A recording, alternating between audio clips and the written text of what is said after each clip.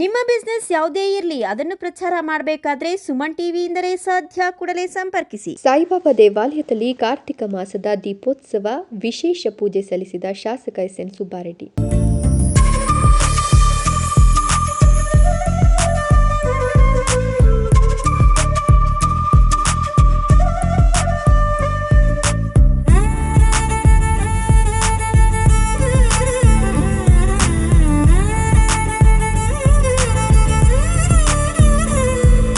ಭಾಗ್ಯನಗರ ನಮ್ಮ ಹಿಂದೂ ಸಾಂಪ್ರದಾಯಿಕ ಮತ್ತು ಧಾರ್ಮಿಕ ಕಾರ್ಯಕ್ರಮಗಳನ್ನು ಮಾಡೋದ್ರಿಂದ ಮನಸ್ಸಿಗೆ ನೆಮ್ಮದಿ ಮತ್ತು ಶಾಂತಿ ಸಿಗ್ತದೆ ಅಂತ ಶಾಸಕ ಎಸ್.ಎನ್. ಸುಬ್ಬಾರೆಡ್ಡಿ ತಿಳಿಸಿದ್ದಾರೆ.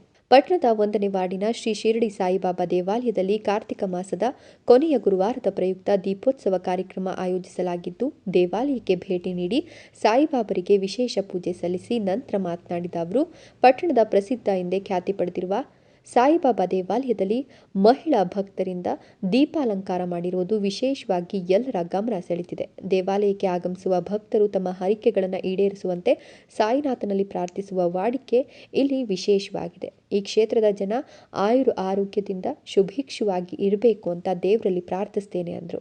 ಕಾರ್ತಿಕ ಮಾಸದ ಪ್ರಯುಕ್ತ ನಮ್ಮ ಬಾಬಾ ದೇವರ ದೇವಸ್ಥಾನದಲ್ಲಿ ಇವತ್ತು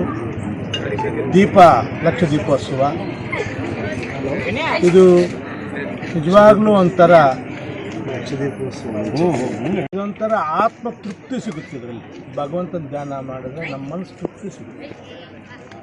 ಅದು ದೀಪಗಳಿಟ್ಕೊಂಡು ಮಾಡಿ ಇನ್ನಷ್ಟು ನಮಗೆ ಶ್ರೇಷ್ಠತೆ ಕಾಣ್ತದೆ.